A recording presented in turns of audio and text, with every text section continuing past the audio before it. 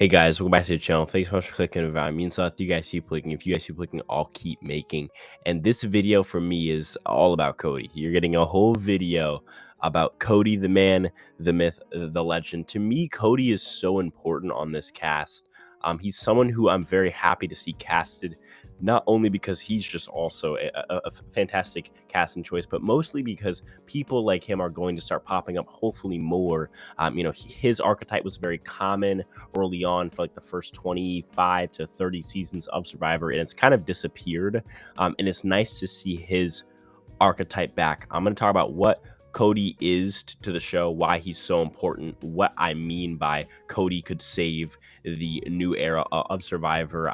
It's just so much to get into, even though it's one person. If you haven't already, like, share, subscribe, do all that good stuff because it's free, it's easy, and it really helps the channel. Okay, so I'm going to talk about my first impressions about Cody before the season even started. So when I saw Cody at first, I thought he was going to be a fan favorite. I thought, he seemed like a nice guy. When I read his EW bio, he seemed like the fan favorite type, the person who's just going to do everything right, just kind of say the right things and get people on his side, maybe be in the minority, and overall just get some fans, but definitely not the best player on the season. I feel like I was right to an extent. He's definitely not, like necessarily the best player on this season. He's definitely to some extent, and really to the full extent, the fan favorite on this season. What I got wrong though is, one, he is in the majority. He has friends, so he's not on the bottom, at least not yet. And it seems like when he does go home, it's going to be because of a big blind side.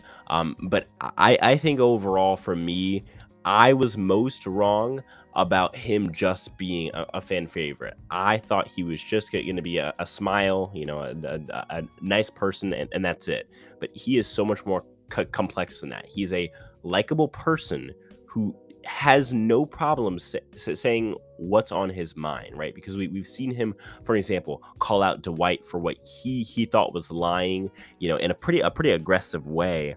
He seems to not really have problems, saying, well, she played bad in the challenge, or she needs to go because I don't like her. He's jumping off cliffs. He just doesn't care. He does what he thinks in his head, which is what you want out of a reality TV show contestant. And so that's awesome. And then also the fact that we've seen him actively lie in the game, just kind of having fun in general, right? Because we saw him lie about not being a salesman. In fact, not only did he lie, but then on top of that, he points out that he lied to us in confessional, and then makes a whole alliance based off the thing that he's lying about. It's absolutely fantastic to watch, and this is exactly what you want out of your casting choices, to play the game in a devious way but still be a likable person. On top of that, I feel like another thing that's good about Cody is that he's very good at describing to us what's going on in his head. He's also very self-aware. So for example, when he finds that advantage, he's telling us about how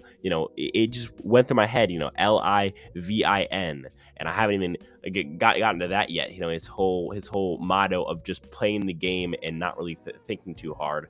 But back to this point, his ability to tell us, like, hey, I just wasn't thinking, it was kind of silly, but now I have to do this, and I'm gonna go to Jesse for help, and also NECA, and we're gonna go and get these beads. Very, very fun. Also, touching on the fact that he's very carefree, which is fun to watch in especially in this new era where everyone's so strung up and kind of game body. He doesn't have that feel, but he does it without being this just absolute burger who doesn't understand and anything that's going on in the game. He still has an idea of what's going on, but at the same time, he's not just playing like a game bot, which I think is good, not only for his game, but also for him as a character on the show. So there's so many different good things with Cody. Another element of the game that I think Cody has that most people in this new era don't is, his backstory actually is kind of good. Like it has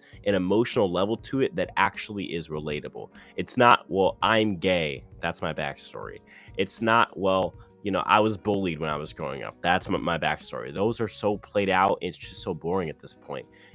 Things like Jesse's story, which even then is a little bit cheesy, but really Cody's is a better example of a story story that to me could actually work, because he tells us about his friend and how his friend overdosing in high school kind of influenced him to live life to the fullest. It connects. It's very simple. It's very easy. He doesn't harp on it. We haven't seen it 3 times in a row like Ellie's story. It's very simple, and it does show that if they're going to do these sob stories, it could work in a different context, in a different way. It doesn't have to be done in this kind of reiterating way that's very annoying and kind of loses the meaning of the story. Another thing about Cody that I really like is the fact that he kind of really toads that balance between being like the dumb surfer guy and also someone who's not the dumbest person in the world, who actually does have some smarts to them. I think he really toads that balance very well, because on one side he does silly things like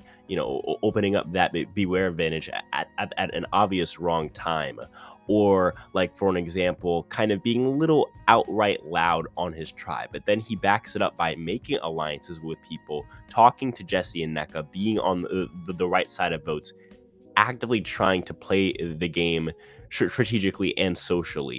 He may kind of have that like Nimrod side to him where he's jumping off cliffs, but I think what I like about it is that he's multi-layered. He's not just some idiot, and he also does care about the game. He's actively trying to win, which is not something you see with these carefree guys.